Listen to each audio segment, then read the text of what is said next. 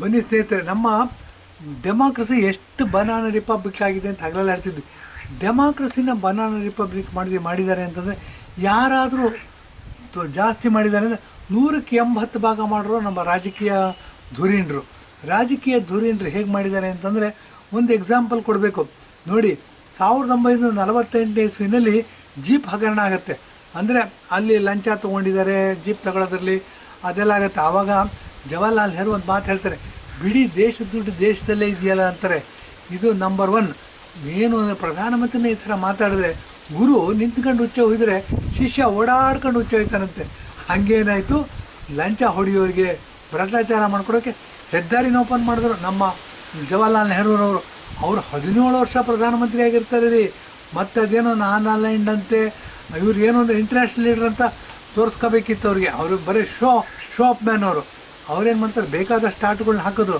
ಅದ್ರಲ್ಲಿ ಒಂದು ಇದು ಏನು ಅಂದರೆ ಇದು ಏನು ಜೀಪ್ ಹಗರಣ ಆದಾಗ ಅದನ್ನು ತಪ್ಪಿತಸ್ಥರು ಯಾರಿದ್ದಾರೆ ಅವ್ರನ್ನ ಹಿಡಿದು ಅವ್ರಿಗೆ ಶಿಕ್ಷೆ ಕೊಡ್ತಕ್ಕಂಥ ಕೆಲಸ ಮಾಡ್ದೇನೆ ಪ್ರಧಾನಮಂತ್ರಿ ಆಗಿ ಬಿಡಿ ದೇಶದ ಹಣ ದೇಶದಲ್ಲಿದೆ ಅಂತ ಅಂದ್ಬಿಟ್ಟು ತಿಪ್ಪೆ ಸಾರಿಸಿ ರಂಗೋಲಿ ಹಾಕ್ಬಿಟ್ರು. ಏನಾಗುತ್ತೆ, ನಾರ್ತಾನೇ ಇರುತ್ತೆ.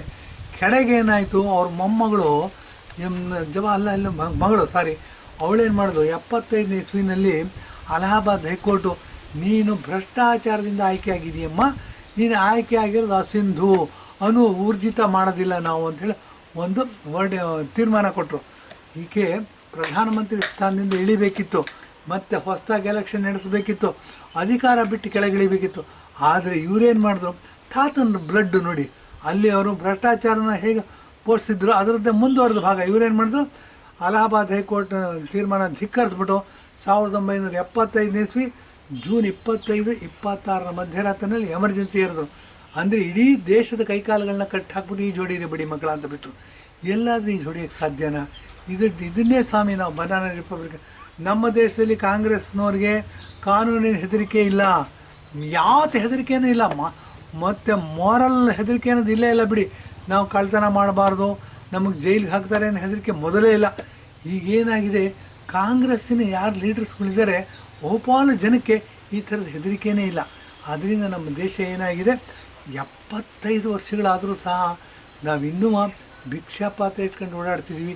ಇನ್ನೂ ಡೆವಲಪಿಂಗ್ ಕಂಟ್ರಿ ಅಂತ ಹೇಳಿದ್ವಿ.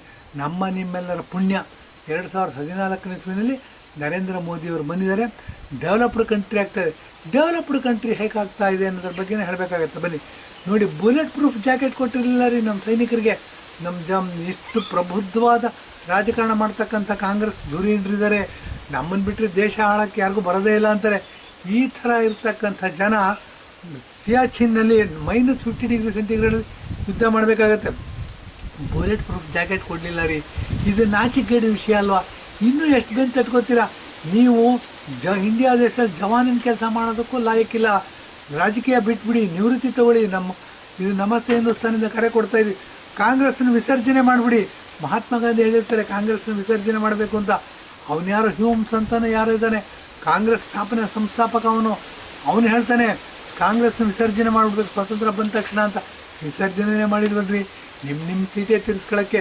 ನೋಡಿ, ತೀಟೆ ತೀರಿಸ್ಕೊಳ್ಳೋನ್ನ ಶಬ್ದ ಉಪಯೋಗಿಸಿದೆ ತಪ್ಪೋ ಸರಿನೋ ನಾವು ಇದಕ್ಕೆ ಬಂದಾಗ ಒಂದು ಉದಾಹರಣೆ ಕೊಟ್ಬಿಟ್ಟು ನಮ್ಮ ಮೇನ್ ವಿಷಯಕ್ಕೆ ಹೋಗ್ತೀನಿ. ಬನ್ನಿ, ನಮ್ಮ ತೀಟೆ ಹೇಗೆ ತೀರಿಸ್ಕೋತೀವಿ ನಾವು ಅಂತ.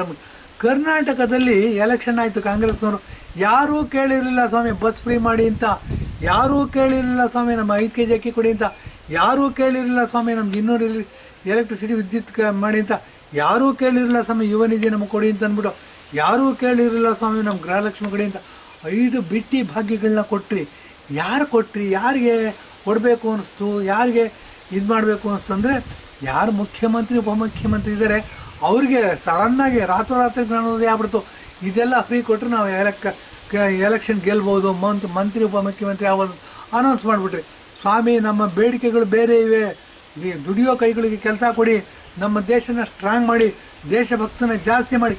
ಇದೆಲ್ಲ ಮಾಡಬೇಕಾಗಿರೋದನ್ನು ಬಿಟ್ಟು ನೀವು ಕೇವಲ ಅಧಿಕಾರದಲ್ಲಿರಬೇಕು ಅನ್ನೋ ಇದಕ್ಕೋಸ್ಕರ ನಿಮಗೆ ಇಷ್ಟ ಬಂದಿದ್ದ ಫ್ರೀಗಳನ್ನ ಕೊಟ್ಬಿಟ್ರೆ ಇಡೀ ದೇಶವನ್ನೇ ಭಿಕ್ಷಾಟನೆ ಮಾಡೋಕ್ಕೆ ಹೊರಟಿದ್ದಿರಲ್ಲ.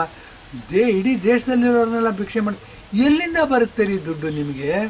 ಟ್ಯಾಕ್ಸ್ ಪೇಯರ್ಸ್ ದುಡ್ಡಿದು, ಟ್ಯಾಕ್ಸ್ ಪೇಯರ್ಸ್ ಇದು ದುಡ್ಡನ್ನ ನೀವು ಕೊಟ್ಬಿಟ್ಟು ಅದನ್ನು ಅಳಿಯೋದನ್ನ ದಾನ ಮಾಡ್ದಂಗೆ ಮಾಡಿ ನಿಮ್ಮ ಬೆನ್ನು ನೀವೇ ತಟ್ಕೋತಾ ಇದ್ದಿಲ್ಲ, ಅದು ಫ್ರೀ ಕೊಟ್ಟು ಇದು ಫ್ರೀ ಕೊಟ್ಟು ಎಲ್ಲಿವರೆಗೂ ಫ್ರೀ ಕೊಡ್ತೀರಾ? ಅನೌನ್ಸ್ ಮಾಡಿ ದಮ್ಮಿದ್ರೆ 10 ವರ್ಷ ಕೊಡ್ತೀರಾ, 20 ವರ್ಷ ಕೊಡ್ತೀರಾ, 100 ವರ್ಷ ಕೊಡ್ತೀರಾ, ಅದು ಮತ್ತೆ ಜಾಸ್ತಿ ಕೊಡಬೇಕಾಗತ್ತೆ. ಯಾಕೆಂದರೆ ನಮ್ಮ ಜನ ಹತ್ತಿರತಕ್ಕಂಥ ಹೆಬ್ಬುಲಿಗಳು. ಇವತ್ತು 1 kg ಅಕ್ಕಿ ಕೊಟ್ಟು ನಾಳೆ 2 kg ಕೇಳ್ತಾರೆ, ನಾಡಿದ್ದು ಕಾರ್ ಕೇಳ್ತಾರೆ, ನಾಡಿದ್ದು ಹೆಲಿಕಾಪ್ಟರ್ ಕೇಳ್ತಾರೆ, ಅದಾದ್ಮೇಲೆ ವಿಮಾನ ಕೇಳ್ತಾರೆ.